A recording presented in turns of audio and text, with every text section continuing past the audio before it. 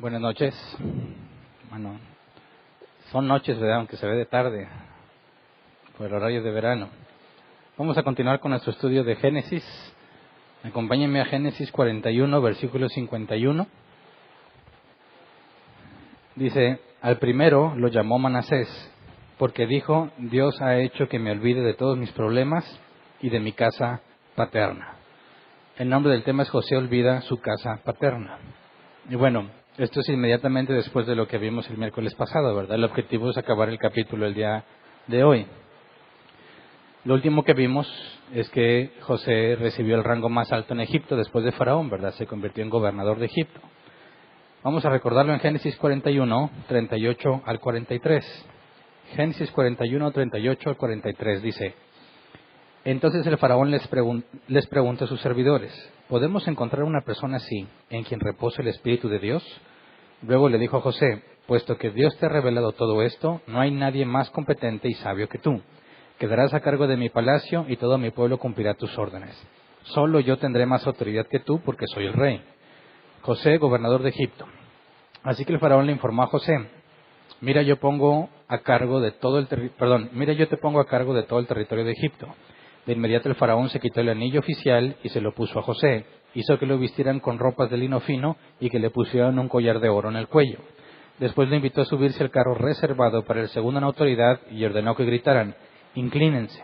Fue así como el Faraón puso a José al frente de todo el territorio de Egipto, ¿verdad? Y vimos el tema pasado que esto nos llevaba a un punto de conclusión para responder las preguntas de por qué Dios había permitido tanto sufrimiento en la vida de José, ¿verdad? Dijimos, porque tenía planeado esto, es decir, Dios tiene buenas razones para permitir el sufrimiento y la injusticia, ¿verdad? Nada escapa de su control y cuando lo permite no es porque sea malo o porque no tenga el poder para evitarlo, sino precisamente porque lo va a usar para traer algo bueno.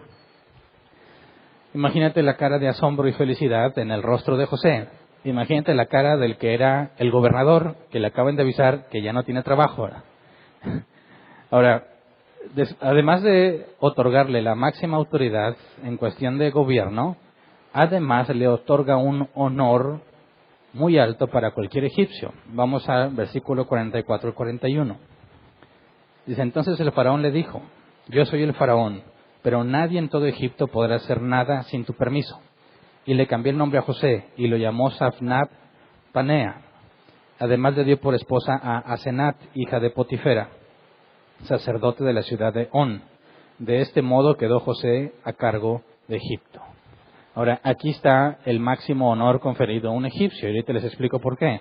Lo podemos leer y parece un matrimonio común y corriente, pero no, hay mucho trasfondo cultural en esto que está pasando. Para empezar, le cambia el nombre, ya no te vas a llamar José, te vas a llamar Safenat o Safnat Panea. Ahora, hay distintas opiniones de lo que esto se traduce. Yo les había dicho con anterioridad que se trataba o se traducía como el Dios que habla y vive, ¿verdad? Pero hay otros comentaristas que consideran que no es la mejor traducción. Algunos consideran que se debe traducir como revelador de secretos. El punto es que no son palabras hebreas, son palabras egipcias, ¿verdad? Están tratando de darle un significado. Entonces, para algunos, Safnat Panea se traduce como revelador de secretos. Otros dicen que traducirlo de esa manera no tiene sentido porque no hay nada que indique que así deba traducirse.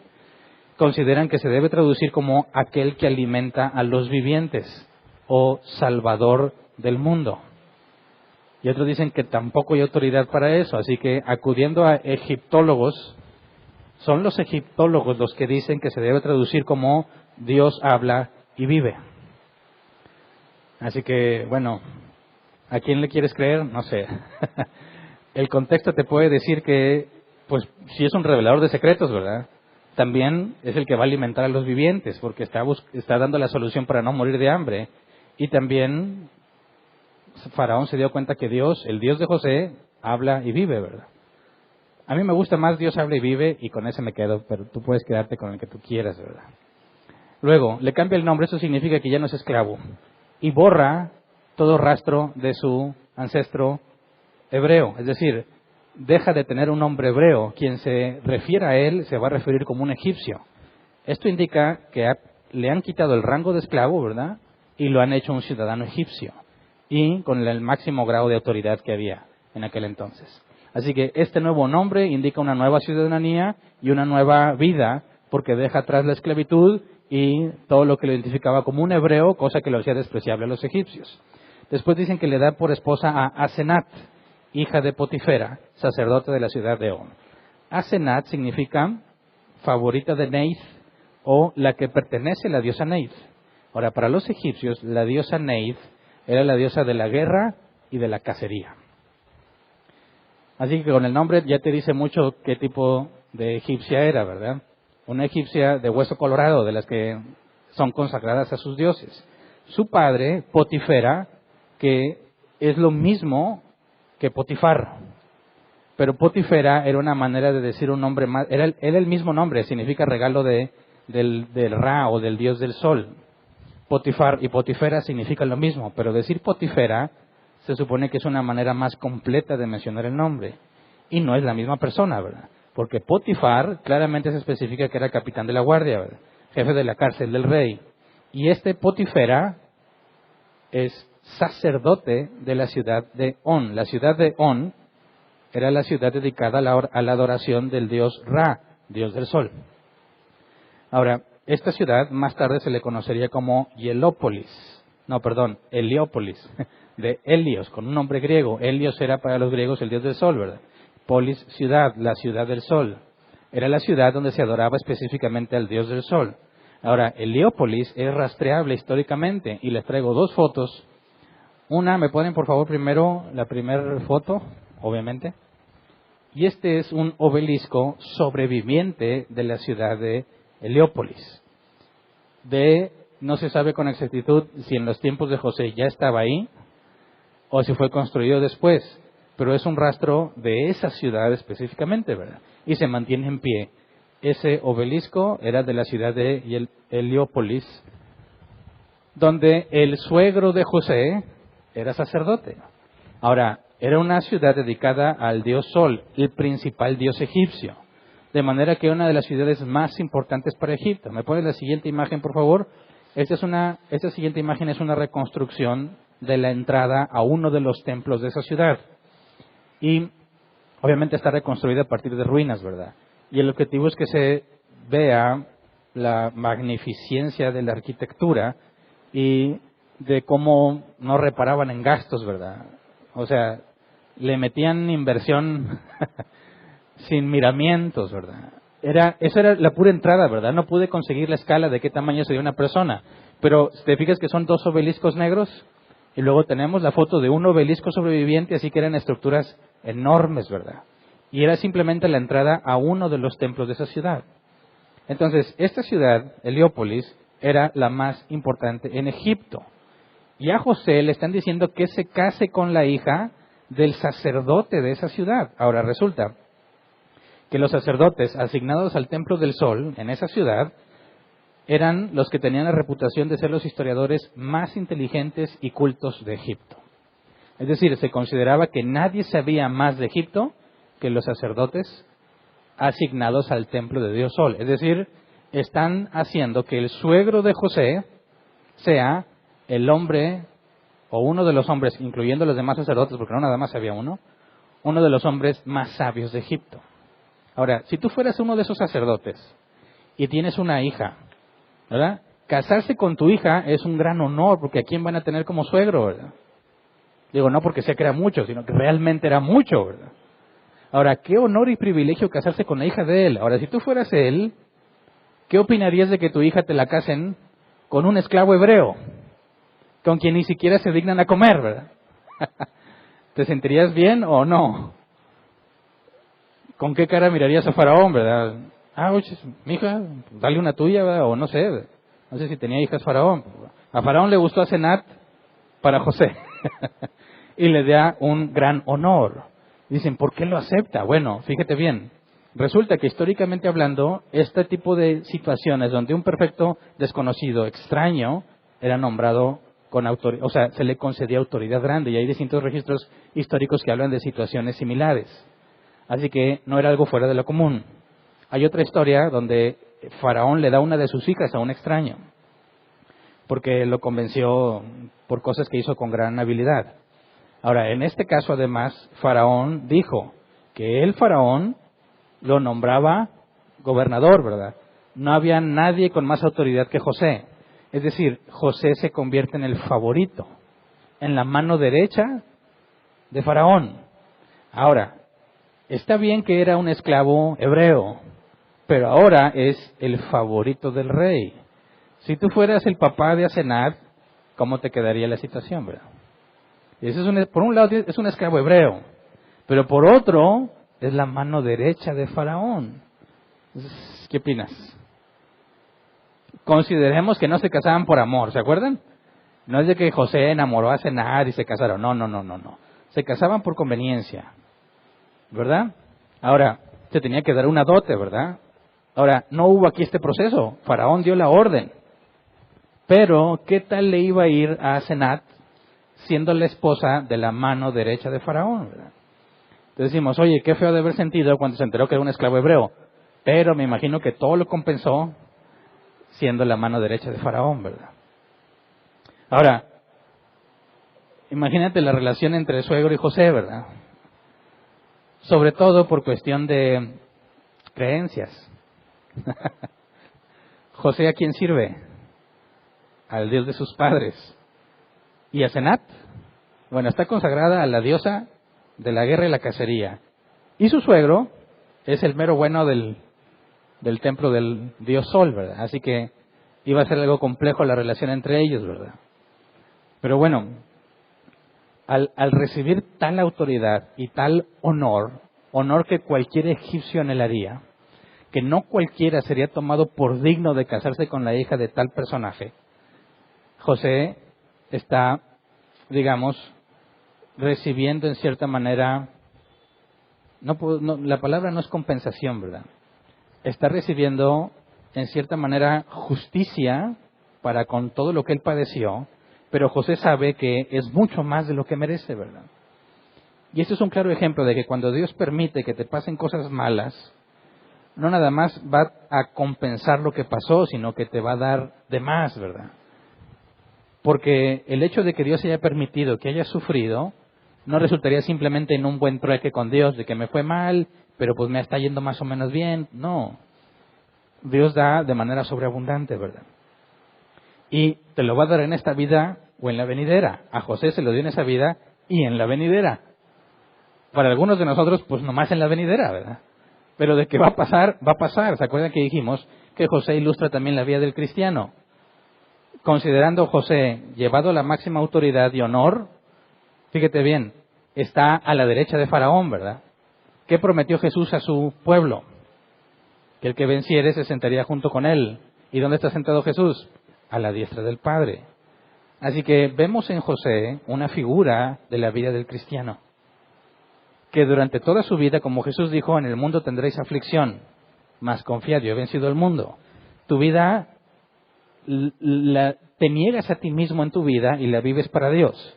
Y llega el momento en que Dios va a venir y va a glorificar a los suyos y recibirás mucho más de lo que te mereces, mucho más de lo que sería justo por lo que padeciste a causa de Dios por haber entregado tu vida. Así que vemos una ilustración de la vida del cristiano y de cómo Dios va a compensar de alguna manera todo lo que tenemos en esta vida. La Escritura dice que estando allá con Él, después de que regrese, no habrá más llanto, no habrá más tristeza, no habrá dolor, ¿verdad? No significa que se te va a borrar la memoria. Y por eso vemos, el nombre del tema es que a José se le olvida la casa de su padre, la casa paterna.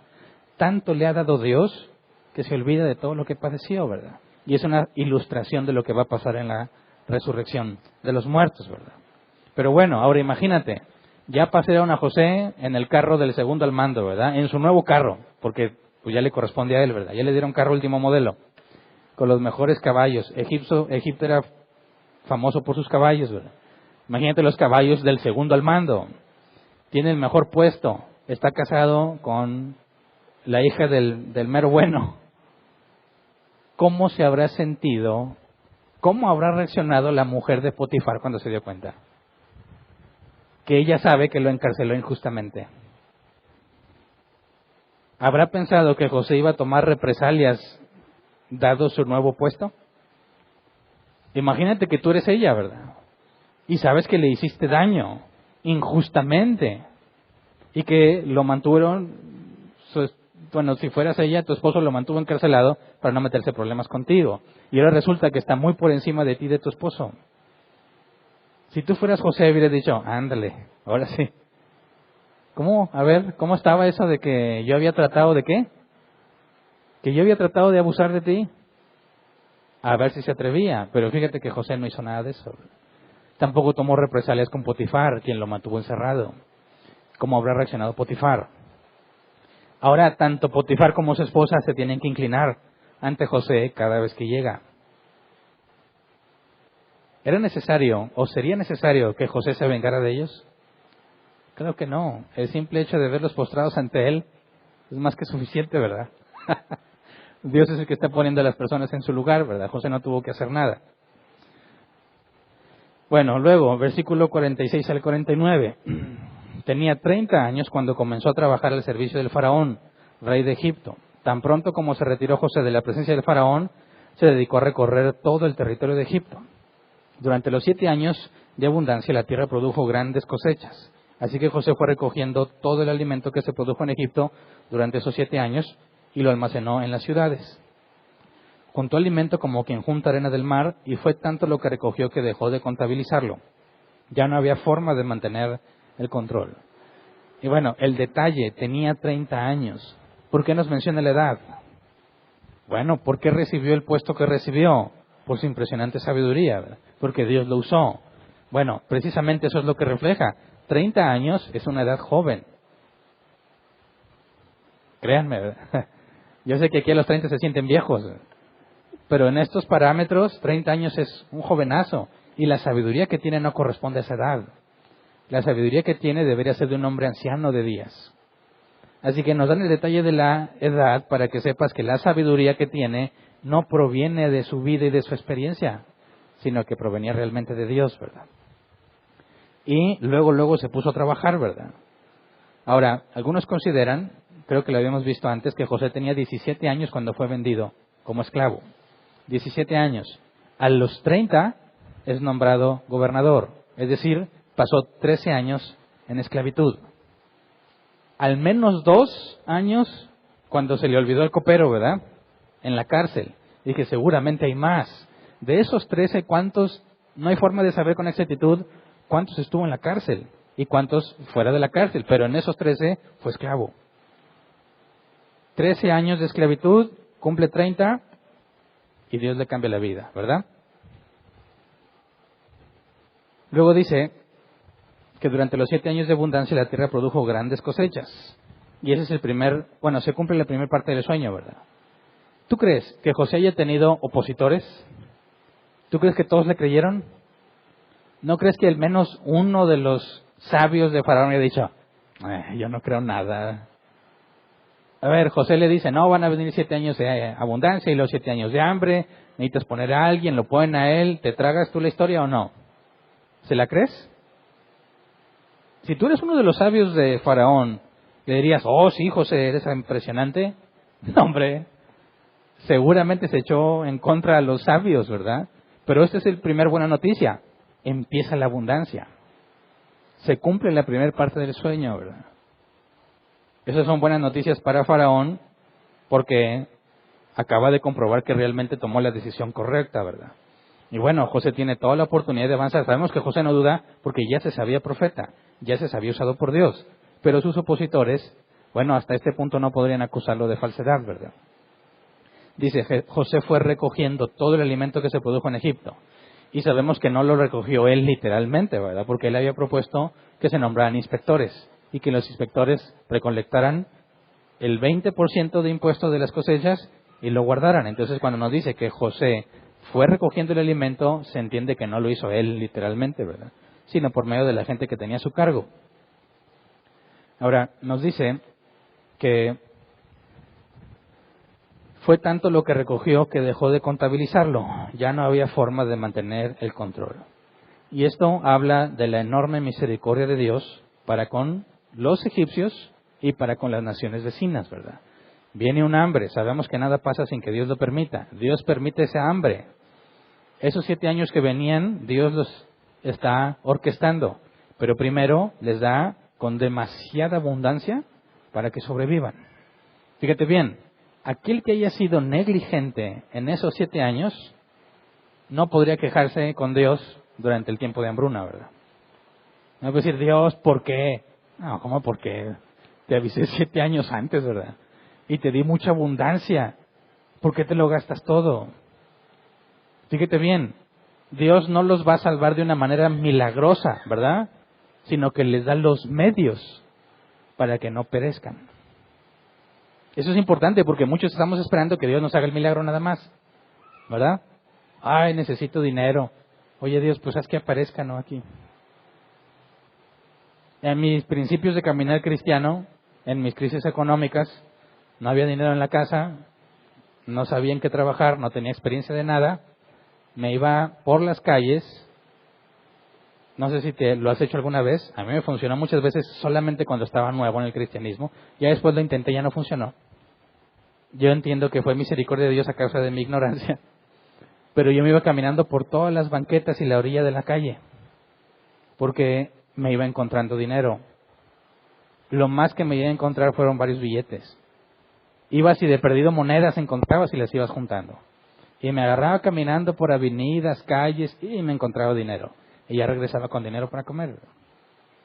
Después fui avanzando y aprendiendo de Dios y quise hacer la misma técnica y ya no me funcionó, ¿verdad? Pero bueno, Dios en su misericordia muchas veces me proveyó así, ¿verdad? O me ponía a buscar, no sé si ustedes lo han hecho, buscar en todos mis pantalones a ver si hay dinero ahí, ¿verdad? Y a veces, en pleno verano, buscaba en las chaquetas y me encontraba dinero, ¿verdad? Y yo decía, yo no recuerdo haberlo dejado ahí, ¿verdad? Y me quedaba la duda, no sé si realmente lo olvidé o Dios lo puso ahí. ¿Quién sabe? Pero me sirvió. Pero ya después volví a hacerlo y ya no funcionó. Ya no olvidaba yo el dinero. O Dios ya no me lo puso ahí, ¿verdad?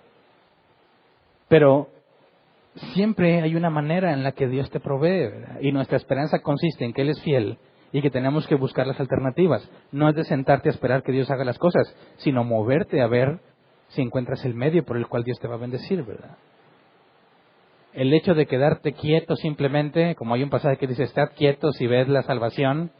Bueno, en el original no dice que te quedes quieto, dice que permanezcas firme, ¿verdad? Y muchos entienden, y lo he visto en Facebook, que dicen, estad quietos y ved la salvación, no sé qué. Y dicen, no hagas nada, Dios lo va a hacer. No, eso es falso.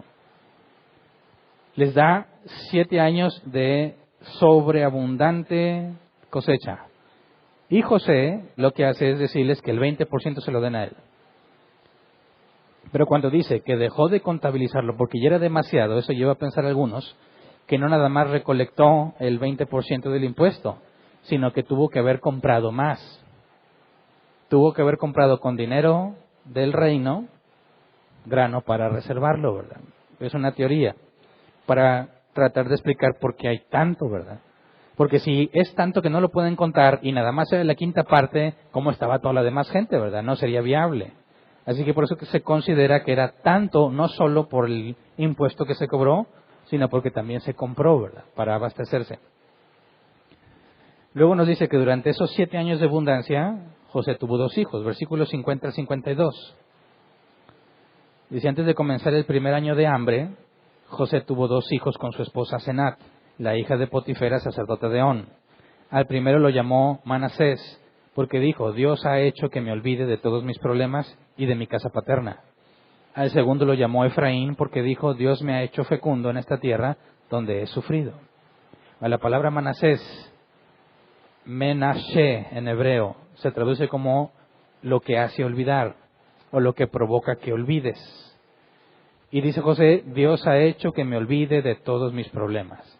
Y esto es importante porque está casado con Asenat, hija del sacerdote de On, y él sigue sirviendo a Dios.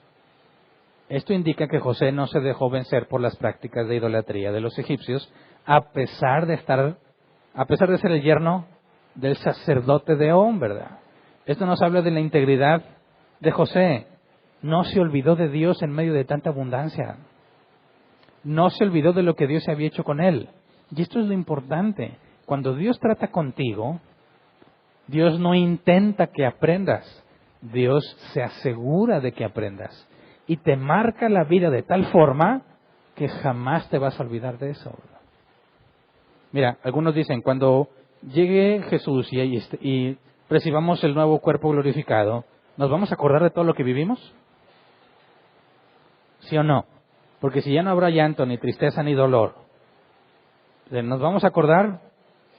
Y dicen, no. Bueno, pero si no te vas a acordar, ¿podrías estar agradecido?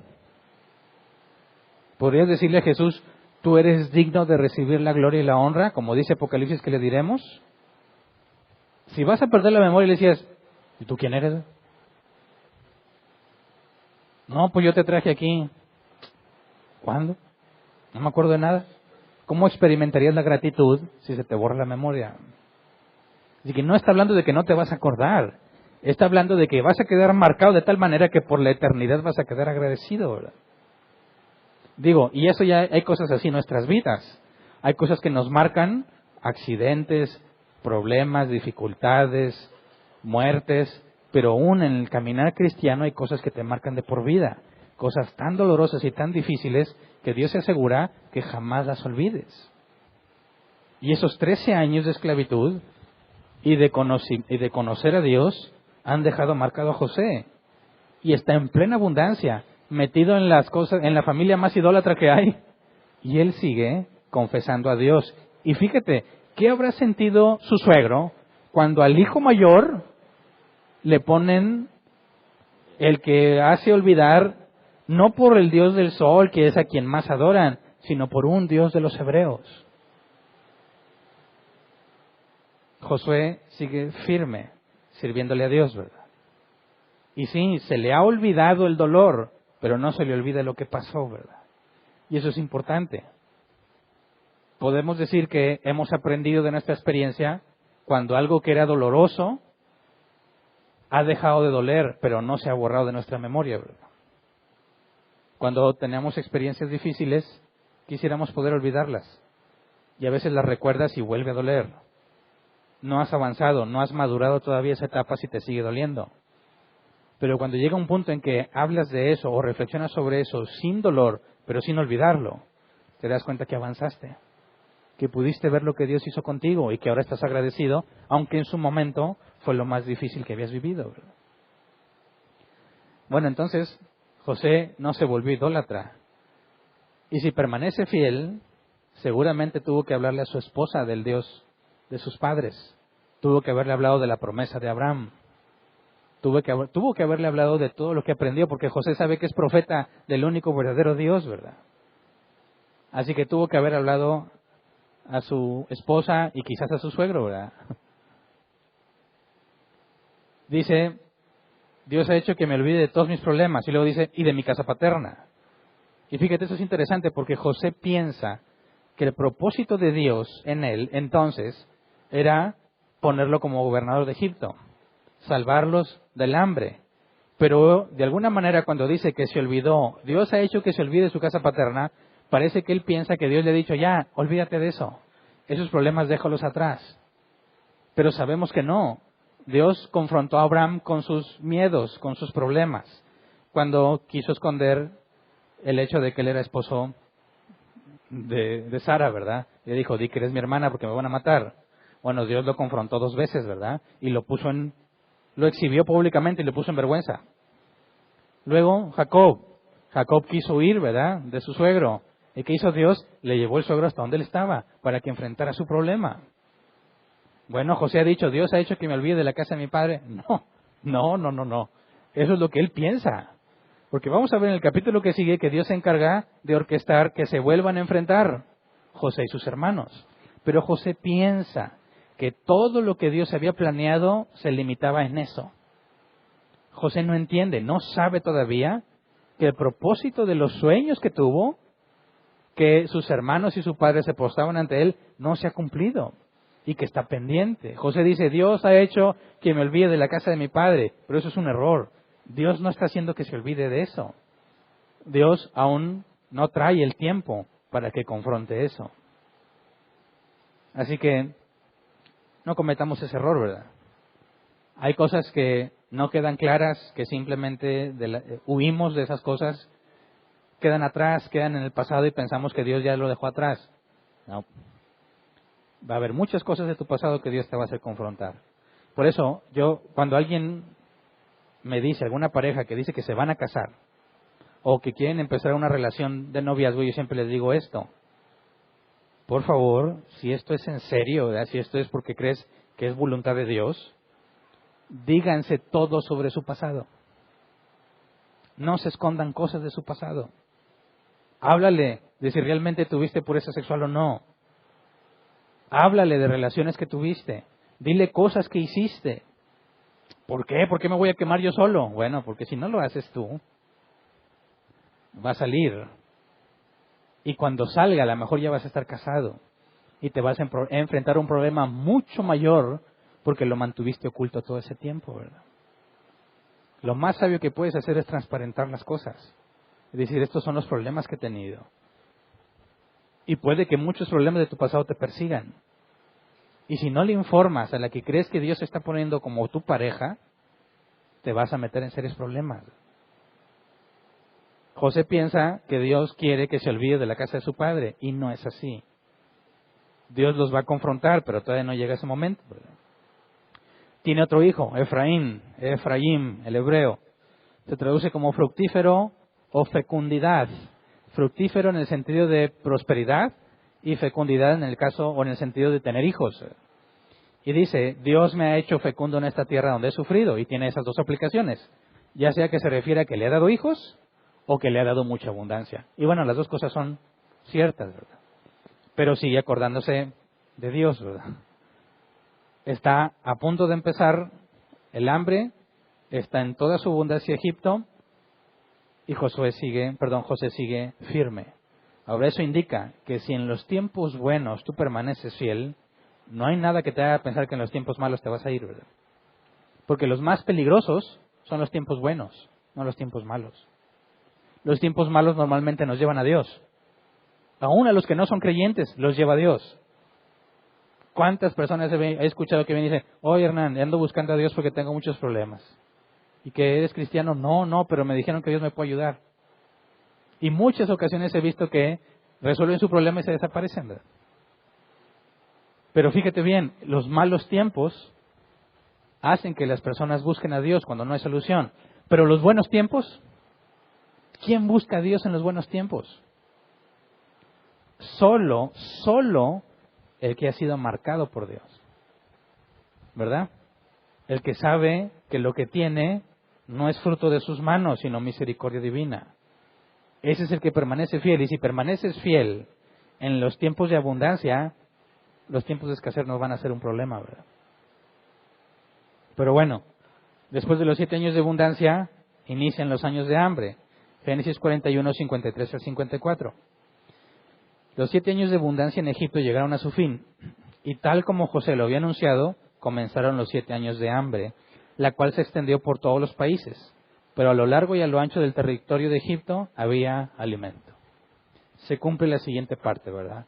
En este momento se debió eliminar cualquier duda de sus opositores. Se cumplió en la abundancia, ahora se cumple la escasez, todo el mundo con la boca cerrada porque tenía razón, ¿verdad?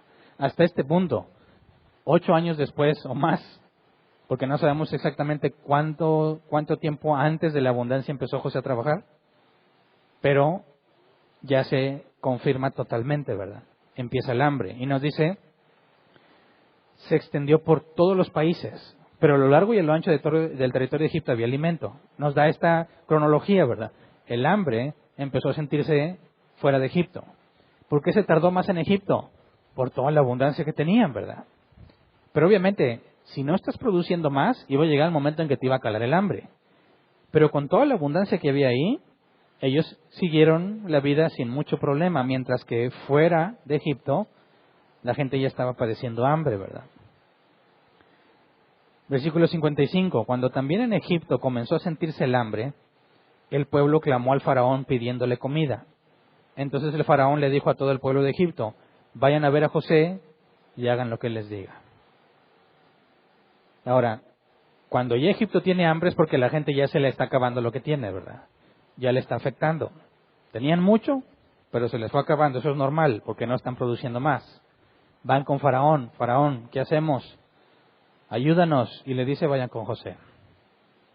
Ok, esto es otra figura de Cristo. Para que alguien sea salvo, ¿a quién tiene que acudir? ¿Al Hijo o al que está sentado en el trono? Al Hijo, a Jesús. Dice Jesús que nadie puede venir a mí si no lo trajera el Padre. Fíjate la analogía entre Faraón y José. Acuden a Faraón, le dice, vayan a José. Y la salvación, para que no perezcan, de todos los habitantes de Egipto, y fuera de Egipto está concentrada en un solo hombre. Que en el caso de la salvación sucede igual. La salvación de los hombres, solo que la salvación que Jesús ofrece es eterna, ¿verdad? En este caso es temporal. En el caso de José es temporal, pero en el caso de Jesús es eterna. Uno, el segundo al mando, es el que tiene la salvación. José, el segundo al mando, es el que tiene la salvación temporal.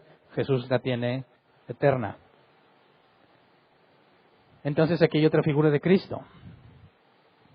Pero cuando nos dice que el pueblo clamó al faraón por esta hambre, tenemos un suceso histórico que registra los problemas de estas regiones cuando no había alimento, cuando habían estas hambrunas.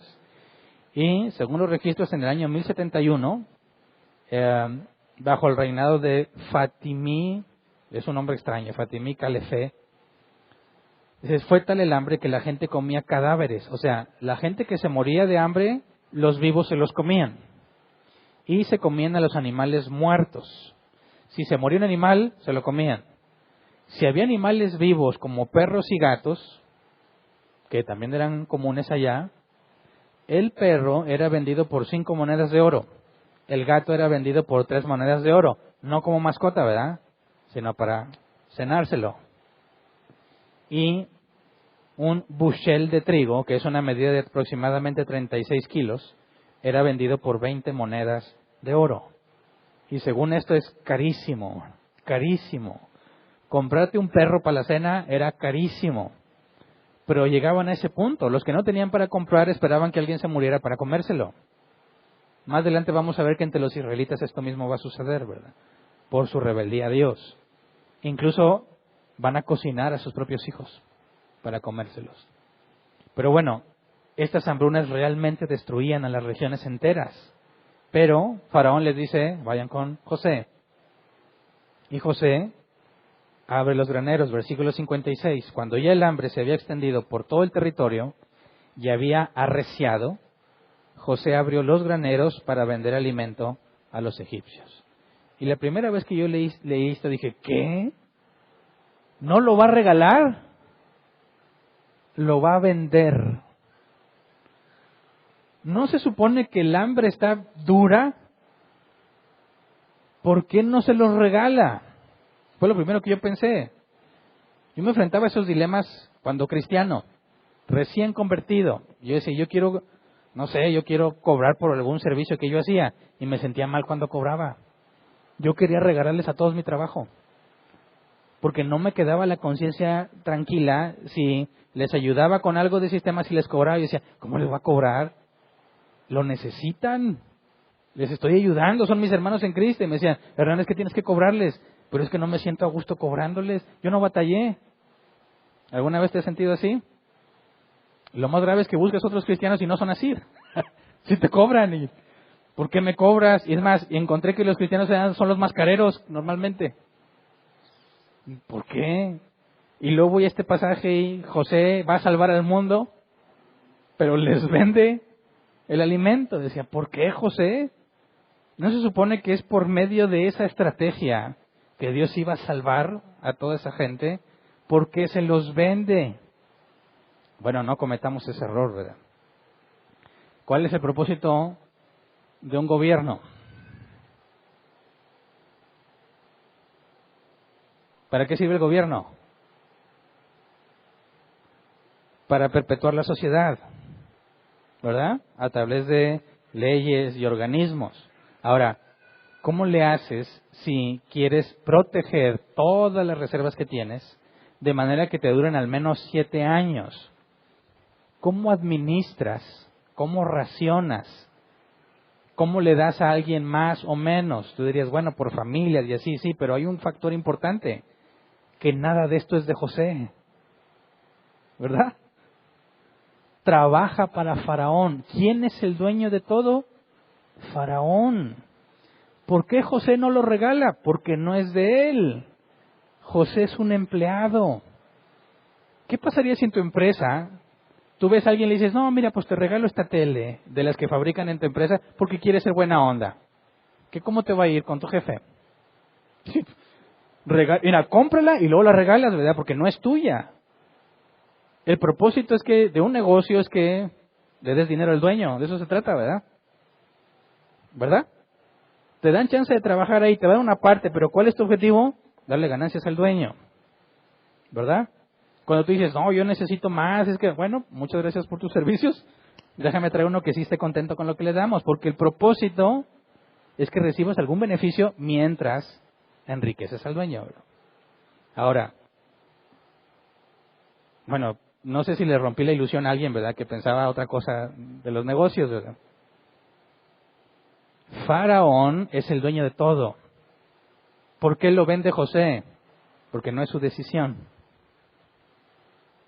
Él tiene que acatarse. Él tiene que darle beneficio a su empleador, ¿verdad? Así que se lo vende. ¿Sería carero? No lo creo, ¿verdad? Porque la gente está en escasez. Pero hay una ganancia. Fíjate bien, se establece una relación ganar-ganar. Eso lo perdemos de vista muchas veces cuando te quieres pasar de buena onda. Porque dices, no, yo lo hago, no te preocupes. Sí, ok, lo puedes hacer una vez, 2 veces, pero si es tu negocio, de eso vives. Si quieres regalar tu trabajo, ¿dónde está el ganar-ganar? Por eso, no es injusto que cobres. Lo injusto es que cobres de más. Pero entras en el dilema de que, bueno, según el sapo la pedrada, ¿verdad? Si tiene mucho dinero para pagar y valora lo que le ofrezco, bueno, vivimos en un país donde tú puedes, según la demanda, subir el precio. Pero si ves que alguien no tiene y tú le quieres vender caro solamente porque quieres mucha ganancia, ahí ya no hay un ganar-ganar, ¿verdad? ¿Qué está haciendo Egipto con su gente? El reino con sus súbditos. Están buscando una relación ganar-ganar. Todo el costo, todo el trabajo de almacenar y todo, bueno, cáele con una parte del dinero, ¿verdad? Te lo voy a estar vendiendo, yo gano y tú ganas. Esto es muy importante que lo entendamos, ¿verdad? Ganar-ganar. No aprovecharte ni dejar que se aprovechen. Tenemos que buscar ese balance cuando hacemos negocios. Claro que puede haber excepciones. Te encuentras en un caso de una persona en necesidad y tú puedes ayudarla, ayúdala. Pero no es el modus operandi de tu negocio, ¿verdad? Porque ya no es negocio, ya no vas a poder vivir. Y eso lo tenemos que entender. Muchas veces he conocido personas que piensan que porque le piden un servicio o un producto a un cristiano se los tiene que dar más barato. Ok, te puedo dar un buen descuento amigo, descuento cristiano, descuento árbol plantado. Pero tiene que ser ganancia para mí a fuerza, o sea, tiene que haber un ganar-ganar, si no, no funciona, ¿verdad? Se oye frío, pero es real. Entonces, abre los graneros y empieza la compra-venta, ¿verdad? Órale, ¿cuántos costales? ¿Cuánto quieres? El gobierno empieza a enriquecerse y la gente empieza a beneficiarse. Versículo 57. Además, de todos los países llegaban a Egipto para comprar alimento a José, porque el hambre cundía ya por todo el mundo. Entonces se enteraron los demás alrededor que había comida en Egipto. Y empezaron a ir a comprar, ¿verdad? Tanto tenía Egipto, tanto almacenó José, que no nada más era suficiente, según sus cálculos, para los 7 años de su pueblo, sino también para vender al extranjero.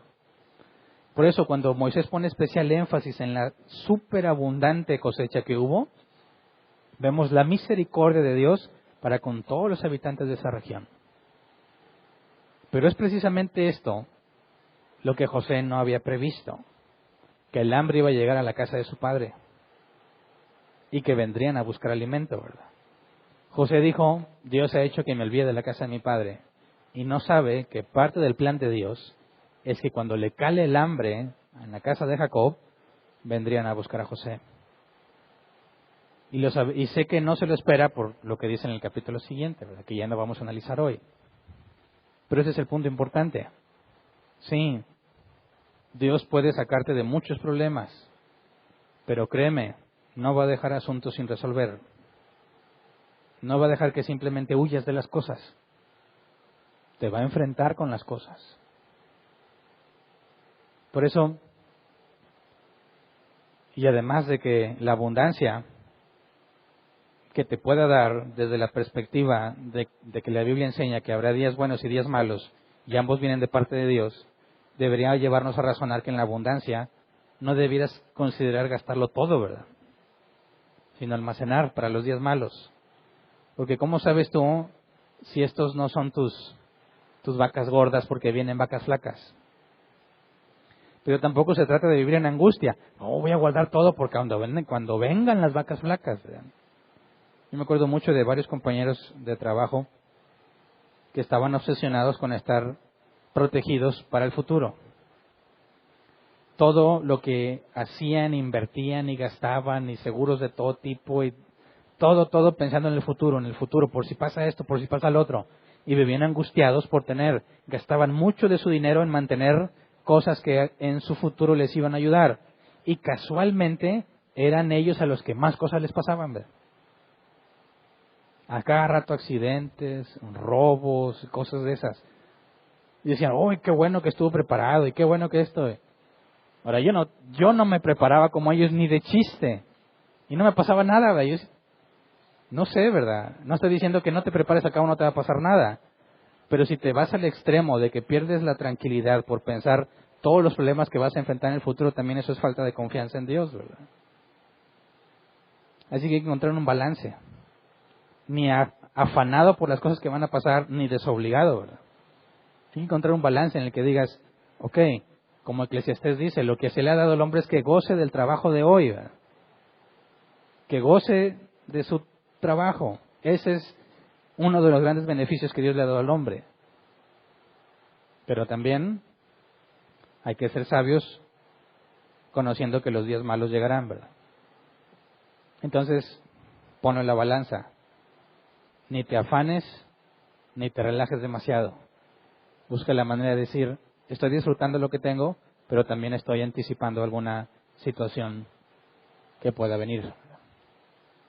Y de esa manera podrás tener tranquilidad y disfrutar ahora y no lamentarte cuando venga el día malo, ¿verdad? En el caso de José, Dios lo dijo de antemano, se obedeció a las instrucciones y por medio de esa obediencia Dios lo salvó. La Escritura dice lo mismo, sin santidad nadie verá el Señor. Jesús en sus parábolas dijo que al siervo inútil, cuando venga su Señor, lo echará afuera con los incrédulos. Tenemos que esforzarnos por vivir la vida que Dios nos demanda hoy, por crecer en santidad, por mortificar la carne. Y luego vendrá la recompensa, ¿verdad? En esta vida o en la que sigue. Pero Dios es fiel, ¿verdad? Así que hasta aquí le vamos a dejar hoy. Vamos a ponernos de pie. Vamos a orar.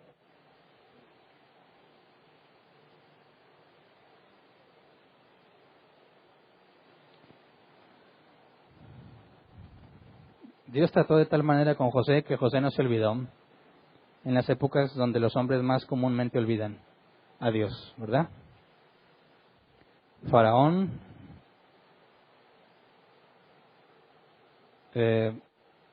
supo confiar en José, ¿verdad? Sabemos que Dios estuvo involucrado en ese asunto, ¿verdad? José se mantiene fiel.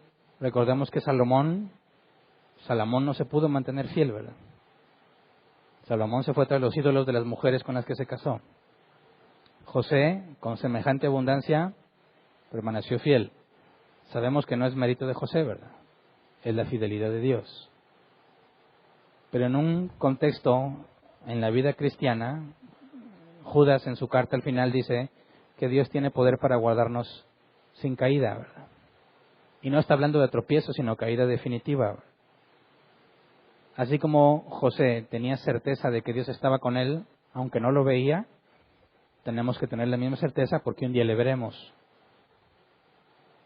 Y eso nos debe llevar a confiar y a descansar en Él, sabiendo que los tiempos malos que podamos vivir son temporales. No se compara lo que podamos padecer en esta vida con la eternidad, ¿verdad? Así que vale la pena esforzarse, vale la pena esperar en Él, vale la pena buscar sabiduría, vale la pena que Dios nos marque de tal manera que no nos olvidemos nunca de lo que hizo. Así que vamos a orar. Señor, queremos pedirte que trates con nosotros como trataste con José, Señor. Márcanos de una manera que no nos olvidemos nunca de ti, Señor. Marca nuestras mentes para que siempre recordemos lo que has hecho con nosotros. Marca, Señor, nuestras vidas de manera que, aún en la abundancia, seamos conscientes de tu misericordia. Líbranos de nosotros mismos, Señor, y concédenos caminar junto a ti. Negarnos a lo que no te agrada, Señor, y ser diligentes en lo que te agrada. Concédenos permanecer fieles sin importar la circunstancia, sin importar nuestros familiares. Así como José se mantuvo fiel a pesar de la familia que se le asignó, concédenos permanecer fiel, Señor, sin importar a qué personas tengamos cerca de nosotros. Que en lugar de que seamos influenciados hacia lo malo, seamos nosotros quienes los puedan guiar a lo bueno. Que cuando haya búsqueda, Señor, en medio de los problemas, sepan que pueden acudir a nosotros para conocer de ti. Danos gracia y sabiduría para hablar de ti, Señor, para hablar de tus verdades, para aclarar al que tiene dudas, para mostrarte al que no te entiende, Señor. Sabemos que no somos nosotros quienes los harán entender o aprender, sino tú por medio de nosotros, según tu voluntad. Queremos ser útiles, Señor, a tu reino. Queremos ser el medio para que otros te conozcan.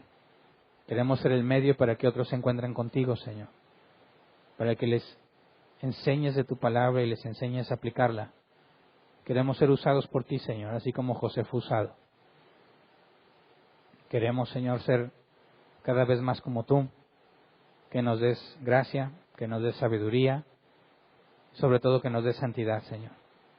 Pon en nuestras vidas las situaciones, los motivos, las circunstancias, para que podamos aprender a caminar en santidad, Señor. Disciplínanos como a hijos amados, no nos dejes actuar según nuestros propios deseos y voluntad.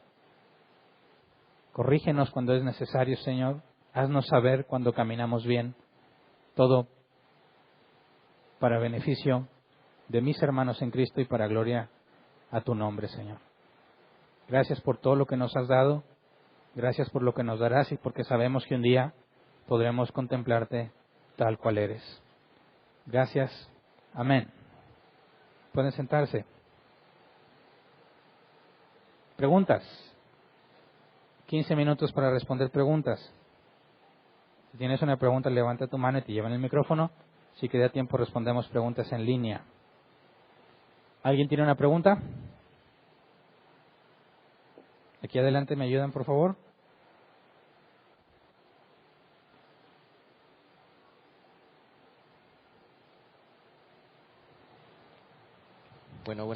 Buenas noches. Mi pregunta va relacionada a, por ejemplo, sabíamos nosotros que Isaac era un hombre bendecidísimo. Jacob llegó con más bendecido. Entonces, pues era, por así decirlo, la persona más enriquecida. Y bueno, a lo que yo tenía contemplado, la riqueza de ellos era más que todos los animales. No tanto oro y plata, ¿verdad? Tenía demasiados animales. Entonces, el hecho de que el hambre se haya esparcido por todo alrededor de Egipto, quiere decir que ahí terminó toda la abundancia que tuvo Israel hasta ese punto. No, al punto que hayan ido a pedir comida. Bueno, no necesariamente. Bueno, recordemos que la riqueza no eran los animales en sí, sino lo que producían los animales, ¿verdad? Que lo vendían. Ahora, teniendo tanto, se calcula que les tomó como 2 años a ellos tener que ir a Egipto, ¿verdad? Porque vivieron de su propio beneficio, de lo que ellos tenían. Ahora, si tú quisieras tomar una decisión sabia, ¿en qué momento acudirías a comprar grano o comprar alimento? ¿Cuando ya no te queda nada o antes de que empieces a tener pérdidas? Entonces, la motivación de Jacob, me parece, no sería ya no tengo nada y no me queda de otra, sino buscar el sustento que necesita para mantener lo que tiene. Así que no necesariamente acudió porque no tenía de otra, porque ya se le había acabado, sino más bien ya había llegado a un punto en el que no podía seguir sosteniendo a sus animales y tuvo que ir a comprar. ¿Me explico? ¿Hay otra pregunta? ¿No? ¿Dónde sigues? Por ejemplo, ¿se tiene contemplado qué tipo de alimentos se guardaron? Lo único que tenía interpretado es que era trigo. Uh-huh. Fue lo único que se guardó, trigo. Si te fijas, ya más adelante ya no es específico. Dice que la cosecha. Ya no se sabe con certeza qué más se cosechó. Pero de todo lo que se cosechaba, se guardó. Ya no podríamos llegar más a detalle. Gracias. ¿Alguien más? ¿No? ¿En línea? Sí.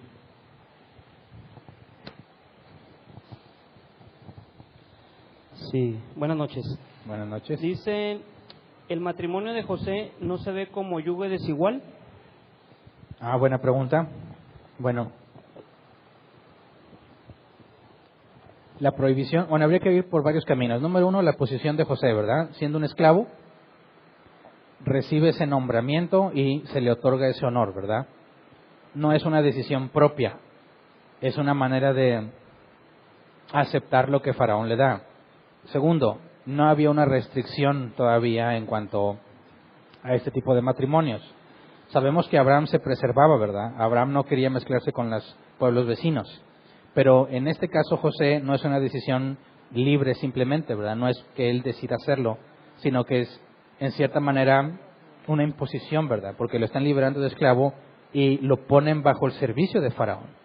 Entonces, sí es un yugo desigual, pero no hay ningún indicio de que ese yugo fuera perjudicial a José. Antes de la ley de Moisés no había una restricción específica, no estaba bajo el criterio de decisión de José, y vemos que José permaneció fiel. Entonces, por la postura y la situación, la circunstancia en la que se encontraba José, no podríamos atribuirle que desobedeció a Dios o que no siguió la instrucción de sus padres, porque no estaba en control de sí mismo, ¿verdad? Pero es una muy buena pregunta, porque no puede justificar esto ahora en nuestros tiempos, decir, pues José se casó con Asenat. Bueno, no, para empezar, ni siquiera tienes ese contexto y tenemos la prohibición clara de no unirnos en yugo desigual, cosa que no estaba propiamente definida en los tiempos de José, ¿verdad? Como por ejemplo el casarse con parientes cercanos, como lo hizo Abraham. Más adelante en la ley de Moisés se prohíbe directamente, pero antes no. Entonces, así como cuando Jesús nos dice que el matrimonio debe ser solamente un hombre y una mujer, pero en los tiempos de los patriarcas el matrimonio con poligamia era algo que Dios toleraba, ¿verdad? Entonces, vemos que en distintos momentos del tiempo, Dios, en su sabiduría, ha tolerado ciertos pecados, los ha pasado por alto, y en otros tiempos explícitamente pone prohibiciones y no los pasa por alto. Pero es Dios, en cierta manera, quien tolera ciertos pecados, porque si no los tolerara, todos seríamos consumidos. Solamente Él sabe exactamente por qué ciertas cosas las ha permitido en el paso del tiempo. En lo histórico podemos entender cómo había, por ejemplo, vamos a ver en la ley de Moisés, y lo vimos en el caso de el matrimonio entre la viuda y uno de los hermanos del difunto, aunque después, en los tiempos de Jesús, eso ya no tiene validez, Dios lo permitía para mantener a las mujeres con un sustento, ¿verdad? Entonces, vemos que Dios ha hecho provisiones de gracia en las culturas a lo largo del tiempo para mantenerlas, ¿verdad? En lugar de revolucionar la cultura y establecer nuevos preceptos. Entonces, en el caso de José, previo a la ley de Moisés y bajo la condición de José, no podríamos atribuirle pecado. Ok. Otra pregunta. Dice, ¿ese impuesto no era un poco de usura? No, dijimos que históricamente, en los tiempos de abundancia, se imponían este tipo de impuestos, el 20%.